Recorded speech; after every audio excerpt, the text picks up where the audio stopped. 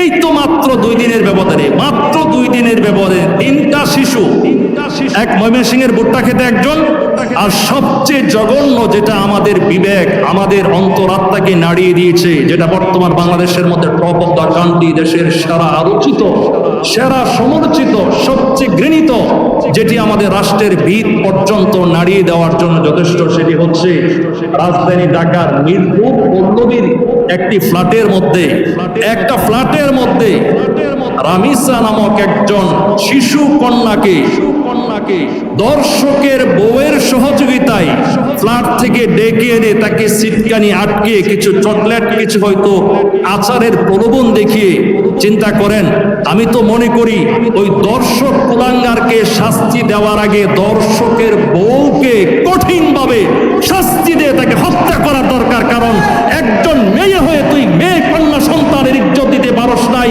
হত্যাকাণ্ডের ব্যাপারে, রেপ করার ব্যাপারে সাহায্য করেছিস, তোকে কুকুরের মতো পিটিয়ে মারার দরকার।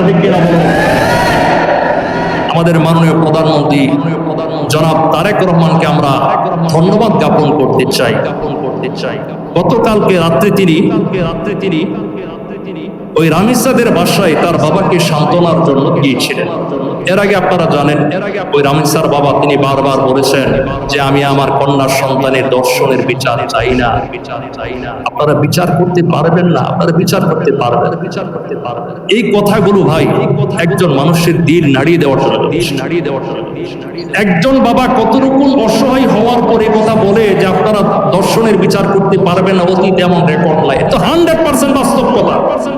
বড় আফসোসের ব্যাপার, আমাদের সমাজে, আমাদের দেশে, আমাদের রাষ্ট্রের মধ্যে মুসলমানদের আইডেন্টিফিকেশন গ্রহণ করার পর কিছু মানুষ আসে যারা ইসলামের আইন কানুন, ইসলামের বিধি, ইসলামের কেসাসকে যারা মধ্যযুগীয় বলে অবহিত করে আসে না। সম্মানিত হাজিরিন, এই জাতীয় বক্তব্য কারা দেয়? মনে রাখবেন, এদেশের সংখ্যাগরিষ্ঠ মানুষ শরিয়া আইনের পক্ষে।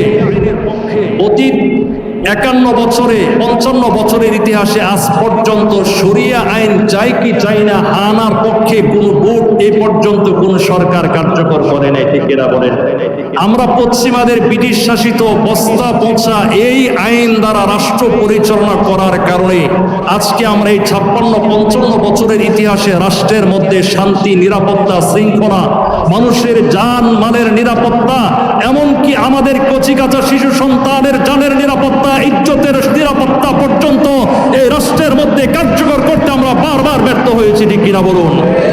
তার একটি কারণ, আমরা পশ্চিমা শাসিত আইন, পশ্চিমাদের আইন, ব্রিটিশ শাসিত আইন দ্বারা রাষ্ট্র পরিচালনা করলে বারবার হুজুর পেতে হবে। বারবার এই আইন দ্বারা মানুষকে সভ্য আদর্শ মানুষ, আদর্শ রাষ্ট্র বানানো কোনোভাবেই সম্ভব না। সম্মানিত হাজিরিন, এই আইনের বিরুদ্ধচারণ কারা করে? আল্লাহ পাক চুরির বিধান দিয়েছেন, হাত কর্তন করে দাও। জিনার শাস্তি হলো তাকে কি করো? সঙ্গে সার পাথর মেরে মেরে ফেলো। কেউ কাউকে হত্যা করলে তাকে পাল্টা হত্যা করো। এটা হচ্ছে আল্লাহর বিধান। এই বিধানের বিরুদ্ধে চরণ করে কারা? যারা বড় বড় বোতল টানে, তারাই কিন্তু এই আইনের বিরুদ্ধে চরণ করে। ঠিক কিনা বলেন? সম্মানিত হাজিরিন, খুব ভালো করে বুঝেন কথাগুলো কেন বলছি। আমাদের এই বাংলাদেশ অতীত এক সরকার দীর্ঘ 16 বছর ছিল। তখনও দেখলাম তনু সহ অনুতনু বিভিন্ন নারীরা তারা গ্যাং রেপের শিকার হয়ে তাদেরকে কখনো মাথা কেটে, মস্তক কেটে, কখনো গলা টিপে হত্যা করে ফেলে রাখা হয়েছে। কিন্তু বছরের পর বছর চলে যাওয়ার পরও তাদের কোনো আইন তাদেরকে কোনো শাস্তি দিতে পারে নাই। ঠিক কিনা? গত ইন্টারিম আমলে মাগুরার আসিয়া নামে এক শিশু সন্তান, মনে আছে আপনাদের? ইনশাআল্লাহ মনে আছে না? ইনশাআল্লাহ। এই আসিয়াকে যখন কিছু নরপশু, কিছু কুলাঙ্গার, কিছু বেঈমানের পর যারা তাকে দর্শন করার পর গলা টিপে হত্যা করলো, এরপরে গোটা বাংলাদেশ উত্তাল। একেবারে ইন্টারিম গভর্নমেন্ট, ইউনূস সহ উপদেষ্টা মণ্ডলীর সদস্যগণ, বিভিন্ন রাজনৈতিক নেতারা তারা হেলিকপ্টারে করে দল বেঁধে বেঁধে তারা মাগুরা গিয়ে জানাজার নামাজে অংশগ্রহণ করলো, তার বাড়িতে গেল, সান্ত্বনা দিল, এই করলো সেই করলো। ওই দর্শককে গ্রেফতার করা হলো। গ্রেফতার করার মাত্র 15 দিনের মধ্যে তার তার ফাঁসির রায় কার্যকর হলো, কিন্তু কন্ডেমশনের মধ্যে সেই ফাঁসি দর্শক এখনো পর্যন্ত জিব্বি সুন্দরভাবে বহাল তবিয়তে বহাল আছে। আজ পর্যন্ত প্রায় 6 মাসের অধিক হয়ে যাওয়ার পর তার ফাঁসি কার্যকর করা হয় না। সম্মানিত হাজিরিন, এই তো মাত্র 2 দিনের ব্যবধানে, মাত্র 2 দিনের ব্যবধানে 3টা শিশু, এক ময়মনসিংহের ভুট্টা খেতে একজন, আর সবচেয়ে জঘন্য যেটা আমাদের বিবেক, আমাদের অন্তরাত্মাকে নাড়িয়ে দিয়েছে, যেটা বর্তমান বাংলাদেশের মধ্যে টপ অফ দ্য কান্ট্রি, দেশের সেরা আলোচিত, সেরা সমালোচিত, সবচেয়ে ঘৃণিত, যেটি আমাদের রাষ্ট্রের ভিত পর্যন্ত নাড়িয়ে দেওয়ার জন্য যথেষ্ট, সেটি হচ্ছে রাজধানী ঢাকার মিরপুর পল্লবীর একটি ফ্ল্যাটের মধ্যে, একটা ফ্ল্যাটের মধ্যে রামিসা নামক একজন শিশু কন্যাকে দর্শকের বউয়ের সহযোগিতায় ফ্ল্যাট থেকে ডেকে এনে তাকে সিটকানি আটকে কিছু চকলেট, কিছু হয়তো আচারের প্রলোভন দেখিয়ে, চিন্তা করেন, আমি তো মনে করি ওই দর্শক কুলাঙ্গারকে শাস্তি দেওয়ার আগে দর্শকের বউকে কঠিনভাবে শাস্তি দিয়ে তাকে হত্যা করা দরকার। কারণ একজন মেয়ে হয়ে তুই মেয়ে কন্যা সন্তানের ইজ্জত দিতে পারস নাই,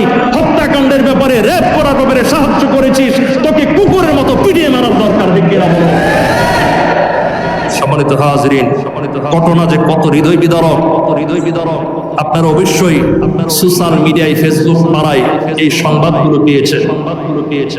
এই শিশুকে হত্যা করা হয়েছে, প্রথমে রেপ করার পর এই শিশুর লাশ গুম করার জন্য তার গলা কেটে হত্যা করা হয়েছে। আপনি বিশ্বাস করেন, এই রিসেন্টলি যে ঘটনাগুলো ঘটছে, আপনার ঘরে যদি কন্যা সন্তান থাকে 100% আপনি নিজেকে নিয়ে কনফিডেন্স করে রাখতে পারবেন না, আপনি একেবারে স্থির থাকতে পারবেন না। আমার একটা মেয়ে আছে, ওর বয়স 14 বছর।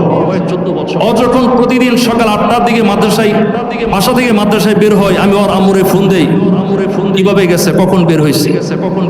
আবার ঠিক আসরের পর বাড়িতে প্রত্যাবর্তন করে, যতক্ষণ পর্যন্ত বাড়িতে সুস্থভাবে না যায় ততক্ষণ পর্যন্ত আমার টেনশন হয়। এটা শুধু আমার মতো একজন সাধারণ যারা অভিভাবক আছে তা না, আপনারও সন্তান যদি থাকে আপনারও একই অবস্থা হয়েছে।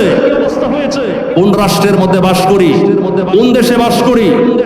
স্বাধীনতার 55 বছর আমাদের মতো মোল্লা মুন্সিরা বক্তারা বারবার চিল্লাচিল্লি, বারবার চিৎকার করার পর আপনারা দর্শকের জন্য যথাযথ আইন করে শাস্তি কার্যকর করতে পারেন নাই।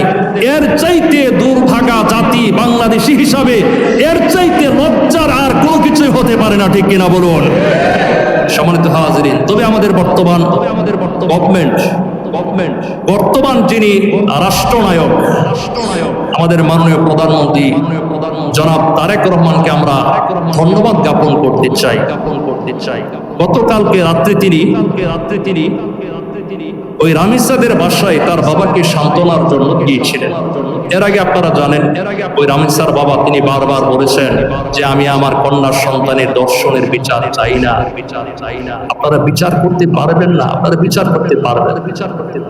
এই কথাগুলো ভাই একজন মানুষের দিল নাড়িয়ে দেওয়ার জন্য। একজন বাবা কত রকম অসহায় হওয়ার পরে কথা বলে যে আপনারা দর্শনের বিচার করতে পারবেন না, অতীতে এমন রেকর্ড নাই। তো 100% বাস্তব কথা, সত্য, শতভাগ সত্য। কারণ অতীতে দর্শনের বিচার হয় নাই, বরং দর্শক 6 মাস পর লক্ষ লক্ষ টাকার বিনিময়ে আবার সে জেলখানা থেকে জামিনে বের হয়ে আবারও সে অপকর্মগুলো করে যাচ্ছে, ঠিক কিনা বলুন? সম্মানিত হাজিরিন, তো যাই হোক, আমাদের রাষ্ট্রের গণপ্রজাতন্ত্রী বাংলাদেশ সরকারের মাননীয় প্রধানমন্ত্রী জনাব তারেক রহমান সাহেব তিনি গিয়েছেন, তিনি বাবাকে সান্ত্বনা দিয়েছেন। ওই বাবা বলেছে আমাদের প্রধানমন্ত্রী আমার বাড়িতে আসবে, এটা কল্পনা করতে পারি না। অতীতে আমরা যেটা দেখেছি, যেটা সত্য স্বীকার করতে হবে, অন্যান্য প্রধানমন্ত্রী যারা ছিল এমন ভিকটিম পরিবারকে হয়তো গণভবন কিংবা যমুনা ভবন কিংবা হাওয়া ভবনে ডেকে এনে তাদেরকে সান্ত্বনার বাণী এক্সাম্পল সৃষ্টি করেছেন, তিনি একটি দৃষ্টান্ত স্থাপন করেছেন। কোন ভিকটিমের পরিবারকে সরাসরি গিয়ে সান্ত্বনার বাণী কিনা বলেন।